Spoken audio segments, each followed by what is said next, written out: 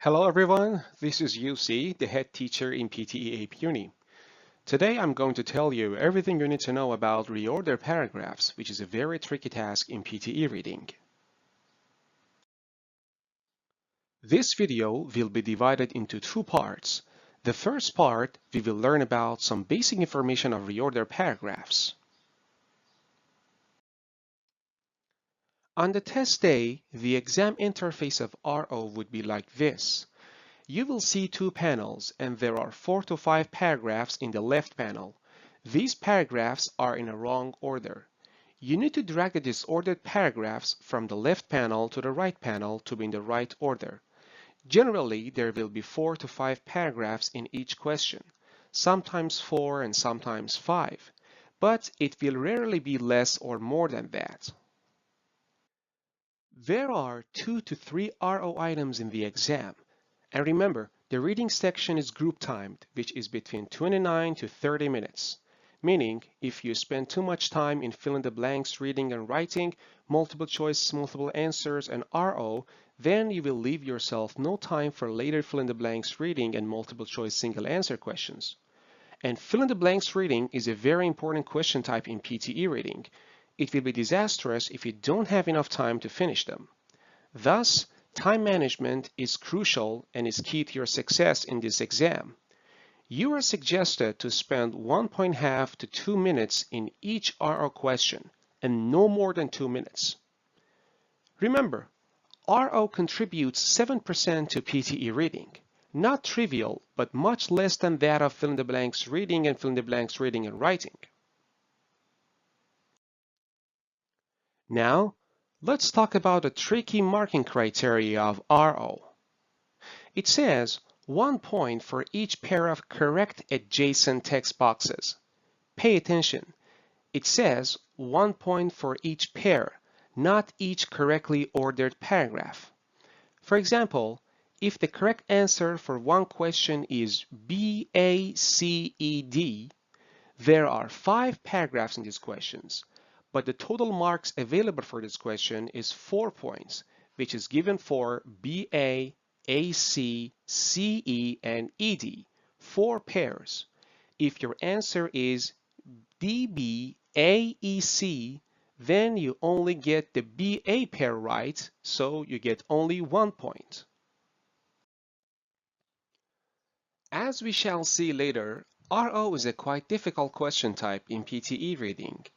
Thus, my suggestion would be to prioritize studying the 2 FIB question types, which is relatively easier. And don't stress too much on the correctness of RO. The correctness requirement for RO is not very high. If you're targeting 79 or above, you should aim for getting 50% of the marks available in RO. 50% will be enough. We can aim for higher scores in other question types to help boost our reading score. If you're targeting 65 or above, you should aim for getting, in average, at least 1 point for each RO question. Though RO is quite difficult, there are some easy marks that you should be able to get, and I will tell you the strategies soon. If you're targeting 50 or below, you shouldn't worry about RO at all. While preparing for reading, spend most of your time in fill in the blanks. Even if you get all RO questions wrong, you can still get 50 if you do well in fill in the blank.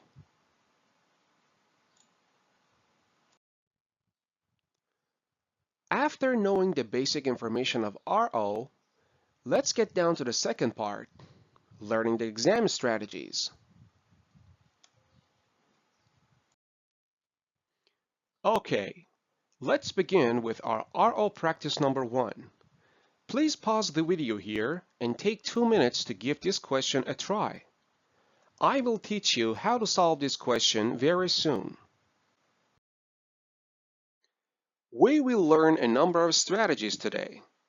When we encounter a RO task, we can start with whichever strategy that seems the easiest. Normally, it's the easiest to find the first sentence. Finding the first sentence alone will not reward us any points. As we have learned before, the points are given for correct adjacent pairs, but finding the first sentence will help us find our overall answer. So, how to find the first sentence? Well, the first sentence has to be an independent sentence. And what is an independent sentence again? An independent sentence should convey a complete meaning. It can stand on its own. You don't need to read any previous sentences to understand its meaning. So, within this independent sentence, there is no definite articles, pronouns, conjunctive words, which indicate something happened before. What are definite articles? There are two types of articles, indefinite and definite. Indefinite articles are an and a. Definite article is the word the. The definite article limits the meaning of a noun to one particular thing. For example, have you finished the assignment?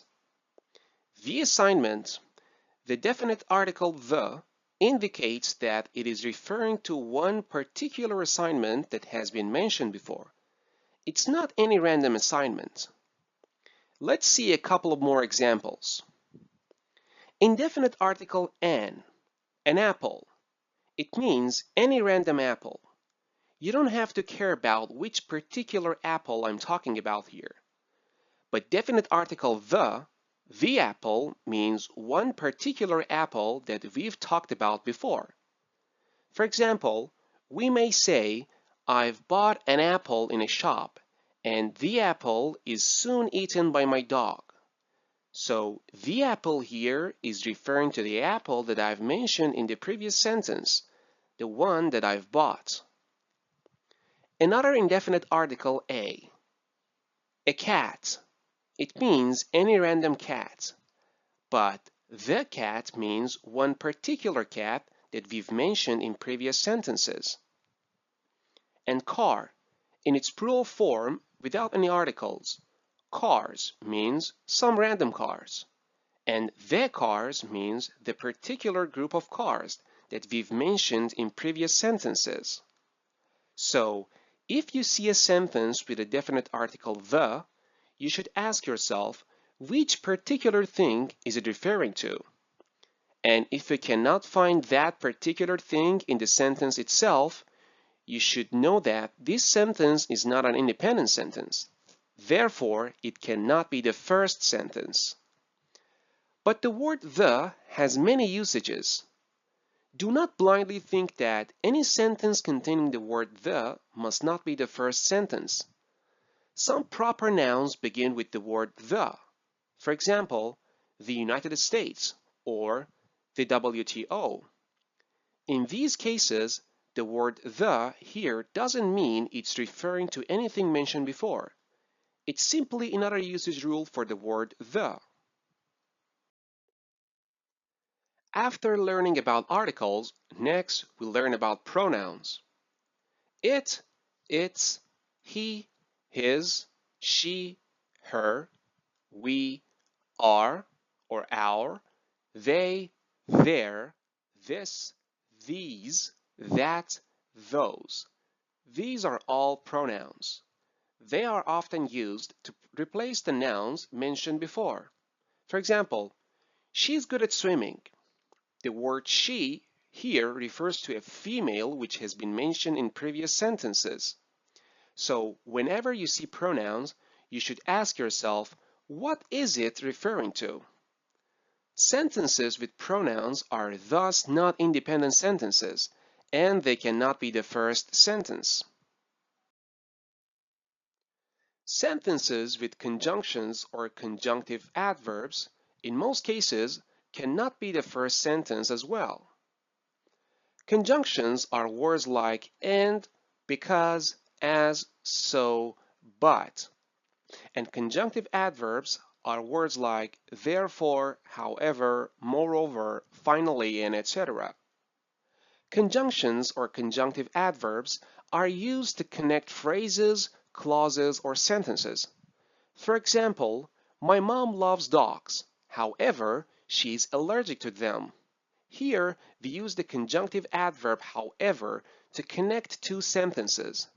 The word however here denotes a contradictory relationship between the two sentences. So, if you see a sentence with a conjunction or conjunctive adverb, you should ask yourself, which two clauses or sentences is it connecting? If it's not connecting two clauses or phrases within the sentence itself, it must then be used to connect two sentences. And in that case, the sentence containing the conjunctive word is not independent and cannot be the first sentence. Okay, now let's get back to the question. Using the strategy we just talked about, let's try to find the first sentence of this question. As we can see, in paragraph A, there is a pronoun she. There must be a paragraph before it giving us the idea of which female the word she is referring to. In paragraph B, there is conjunctive word however, so it is not the first sentence either. In paragraph C, there is a definite article the question. It is referring to one particular question. Which question is it referring to? If we read it closely, Lea Kanian looked to the question of how much actors are aware of their performance as they perform it. The question is referring to how much actors are aware of their performance as they perform it. So it is referring to something that is mentioned directly in this sentence itself. It can still be an independent sentence. Similarly, it also contains several pronouns, their performance, and they, as they perform it. The pronouns their and they are referring to the aforementioned actors, and later on, and how much they let the character take over, there is another definite article the character, which is referring to the characters the actors performed in their performance. So all in all, this paragraph contains some definite articles or pronouns, but all of those are referring to something mentioned in this paragraph itself. It is still an independent sentence. It is one possible choice for the first sentence. In paragraph D, there is a pronoun she. It cannot be the first sentence. Okay, so we've excluded paragraphs A, B, and D. The only choice we are left with is paragraph C. So the first sentence is C. After finding out what the first sentence is, the next step requires us to utilize our strategy number 2. Use hints to find pairs. We can use definite articles, pronouns, conjunctive words, which we have found out in previous step, as hints to find the previous paragraph.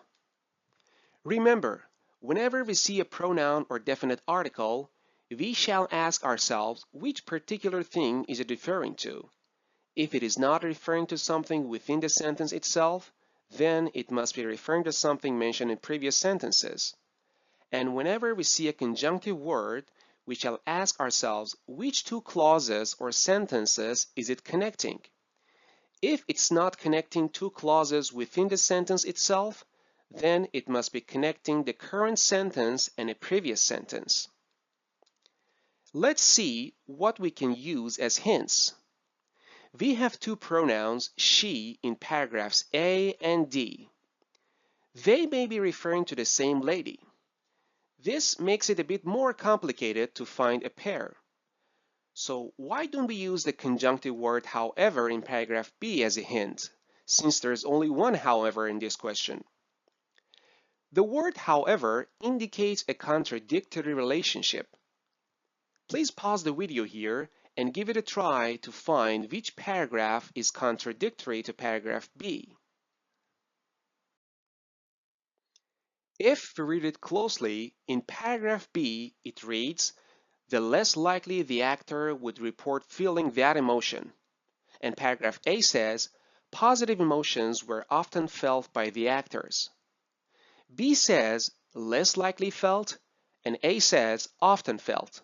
Two contradictory ideas. And this explains the usage, however, in paragraph B. This gives us the conclusion that AB is a pair. The third strategy I'm going to teach you is logical order. What does it mean? We normally write in a logical order. For example, if we write about a person's life, in most cases, we write from his childhood to youth, then the old age. And if we write about a theory, we normally start from the hypothesis, then describing the experiments taken to prove this hypothesis, and at last, we write about the conclusion. We seldom describe the conclusion before the experiment.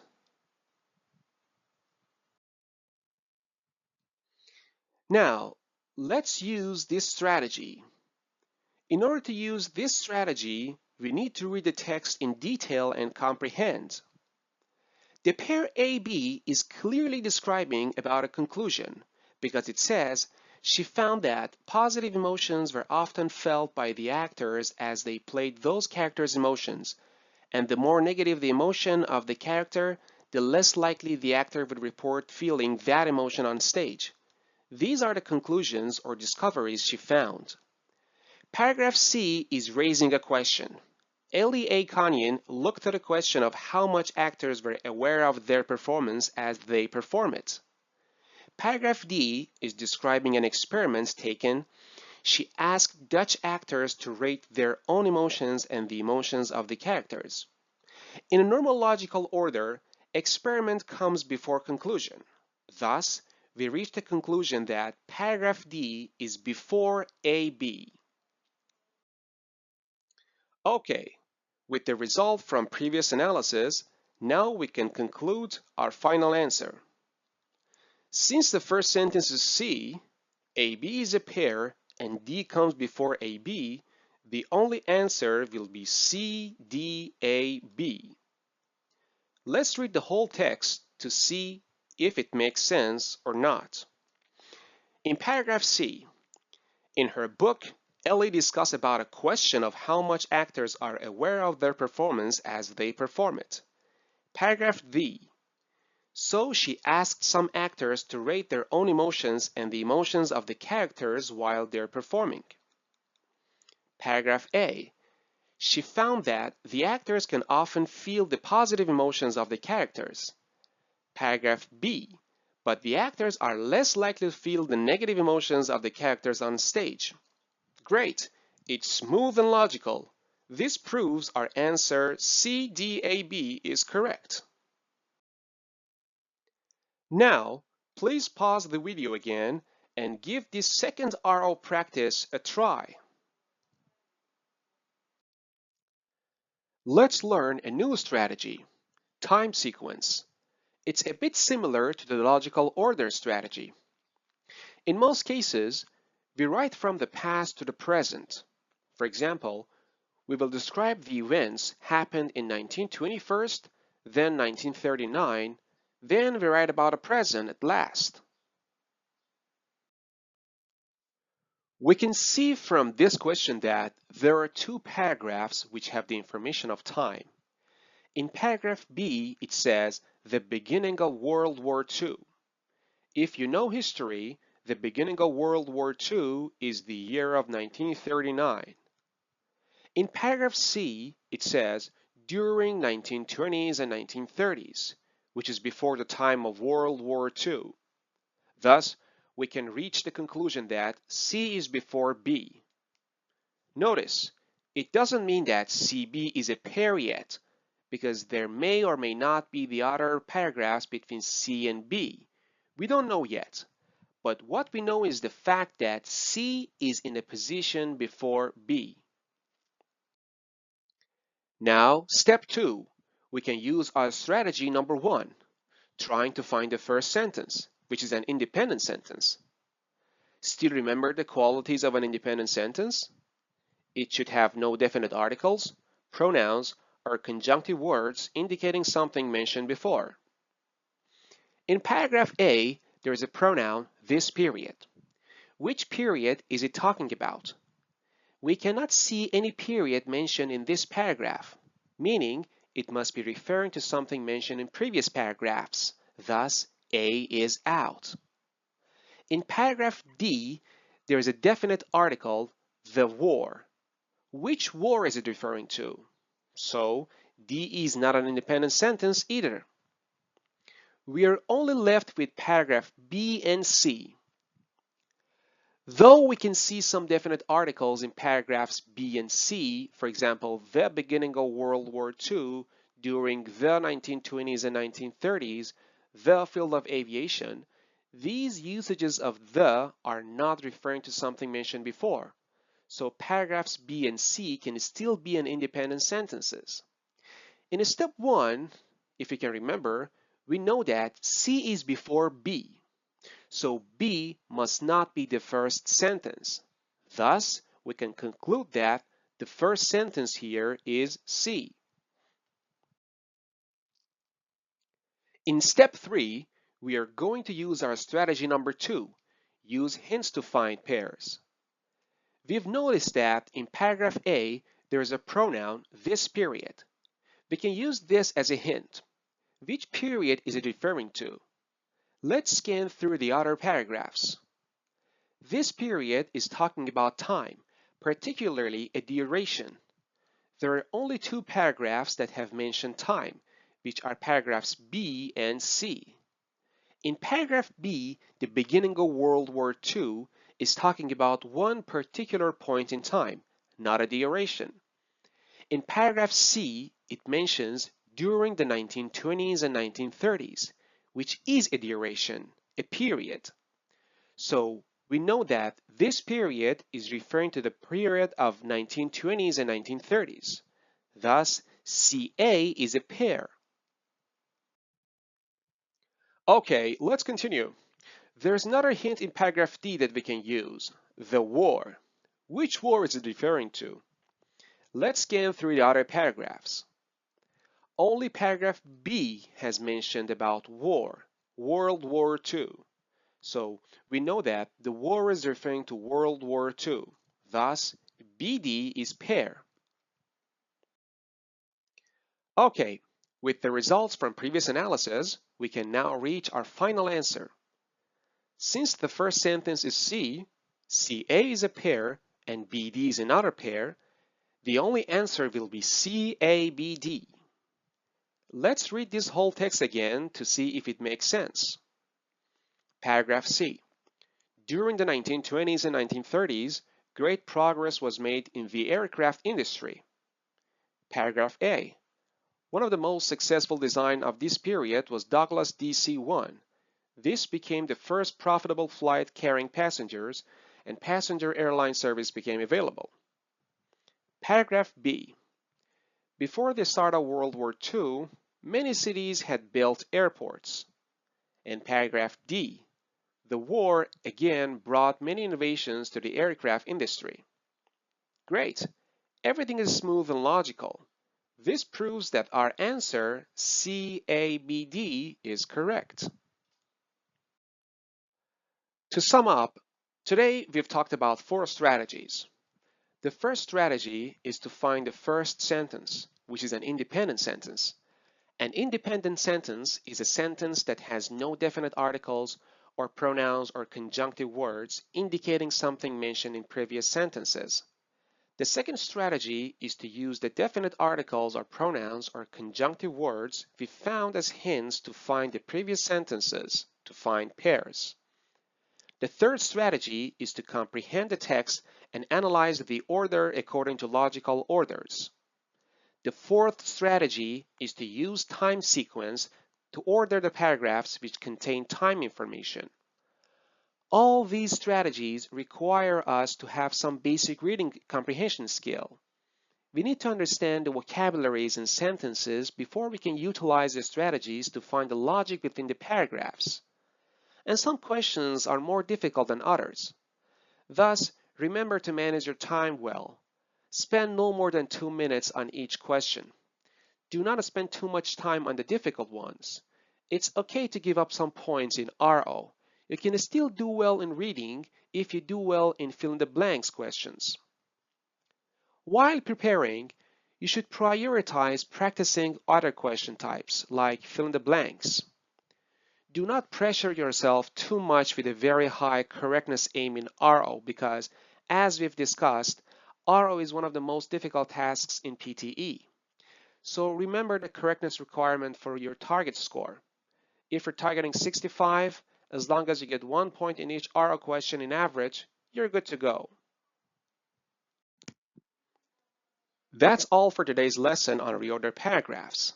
You're recommended to visit www.apeuni.com to learn PTE the smart way with more online courses, practices, and mock tests. This is UC, the head teacher here at APEUni. See you next time.